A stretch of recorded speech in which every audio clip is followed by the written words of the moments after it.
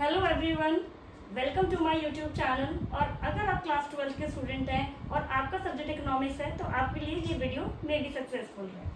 आपको पता है मैक्रो इकोनॉमिक्स में आपका एक चैप्टर है गवर्नमेंट बजट, और सीबीएसई की मार्किंग स्कीम के अकॉर्डिंग ये चैप्टर आपका बोर्ड में 6 मार्क्स का है। तो चलिए स्टार्ट करते हैं चैप्टर गवर्नमेंट बजट। सबसे पहले स्टार्ट करते हैं गवर्नमेंट बजट में बजट होता क्या है, व्हाट इज बजट। बजट एक एनुअल स्टेटमेंट है। एनुअल स्टेटमेंट कहने का क्या मतलब है, बजट एक एनुअल स्टेटमेंट है, यानी कि ये स्टेटमेंट ईयरली बनाई जाती है जो ये शो करती है कि गवर्नमेंट के पास में कितना पैसा आएगा और गवर्नमेंट के पास में कितना पैसा खर्च होगा। जब गवर्नमेंट के पास में पैसा आता है तो उसको बोलते हैं गवर्नमेंट रिसिप्ट। जब गवर्नमेंट के पास से पैसा जाता है, जब गवर्नमेंट का खर्चा होता है, उसको बोला जाता है एस्टिमेटेड एक्सपेंडिचर। जो बजट होता है ये एक एस्टिमेट है, ये एक अंदाजा लगाया गया है कि आने वाले फाइनेंशियल ईयर में, आने वाले अकाउंटिंग ईयर में कितना गवर्नमेंट का खर्चा होगा और गवर्नमेंट के पास में कितना पैसा आएगा। ये एक एक्चुअल फिगर नहीं है। और आपको पता होना चाहिए जो बजट है वो कौन प्रिपेयर करता है, बजट प्रिपेयर किया जाता है फाइनेंस मिनिस्टर के द्वारा, और इस टाइम हमारी फाइनेंस मिनिस्टर है निर्मला सीतारमण। अब फिस्कल ईयर और अकाउंटिंग ईयर किसे कहते हैं, अकाउंटिंग ईयर या फिस्कल ईयर कहते हैं जो आपका फाइनेंशियल ईयर है, जो 1 अप्रैल फॉर एग्जांपल 2025 से स्टार्ट हुआ है तो नेक्स्ट ईयर 31 मार्च 2026 को फिनिश होगा। तो बहुत इजी डेफिनेशन 1 नंबर में आपसे पूछे जा सकते हैं कि व्हाट इज बजट। तो budget is an annual statement. Annual statement कहने का मतलब ईयरली स्टेटमेंट है जो आपको ये बताती है कि गवर्नमेंट के पास में कितना पैसा आया है, कितना पैसा खर्च होगा ड्यूरिंग एन फाइनेंशियल ईयर और ड्यूरिंग एन अकाउंटिंग ईयर। अब बात करते हैं बेटा कि गवर्नमेंट रिसिप्ट और गवर्नमेंट एक्सपेंडिचर का क्या मतलब है। गवर्नमेंट रिसिप्ट का मतलब है पैसे का इनफ्लो होना, गवर्नमेंट के पास में पैसा आया है, दैट इज कॉल्ड इनफ्लो।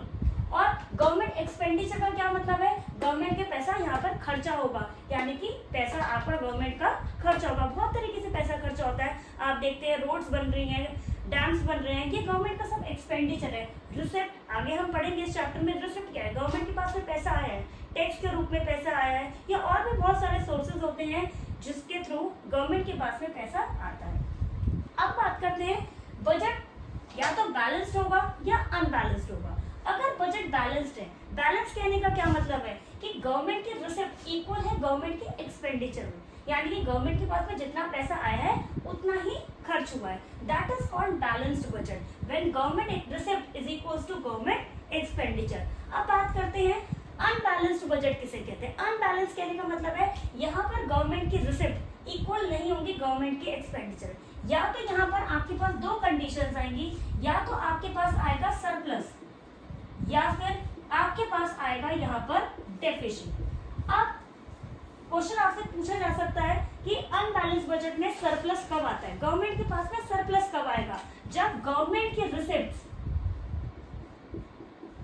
ज्यादा होंगी as compare to the expenditure. तो यहाँ पर अगर आप देखें रिसिप्ट में आपके पास इनफ्लो ज्यादा हुआ है और आउटफ्लो कम हुआ है, यानी कि गवर्नमेंट का खर्चा कम हुआ है और गवर्नमेंट के पास में पैसा ज्यादा है। तो यहाँ पर ये हो गया हमारा सरप्लस बजट। और डेफिसिट बजट किसे कहते हैं, डेफिसिट बजट का मतलब है यहाँ पर गवर्नमेंट के पास में रिसिप्ट कम आई है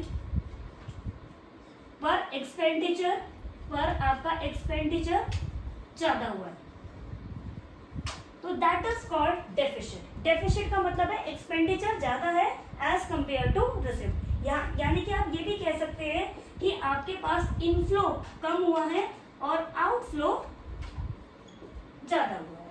तो यहाँ पर आपके पास आज हमने बहुत ही कॉमन सी टर्म्स, इंट्रोडक्शन था ये चैप्टर का स्टार्ट करा है कि what is budget, what is financial year and what is balance budget, and next is what is unbalance budget. और अनबैलेंस बजट में दो कंडीशंस आई हमारे सरप्लस और डेफिसिट।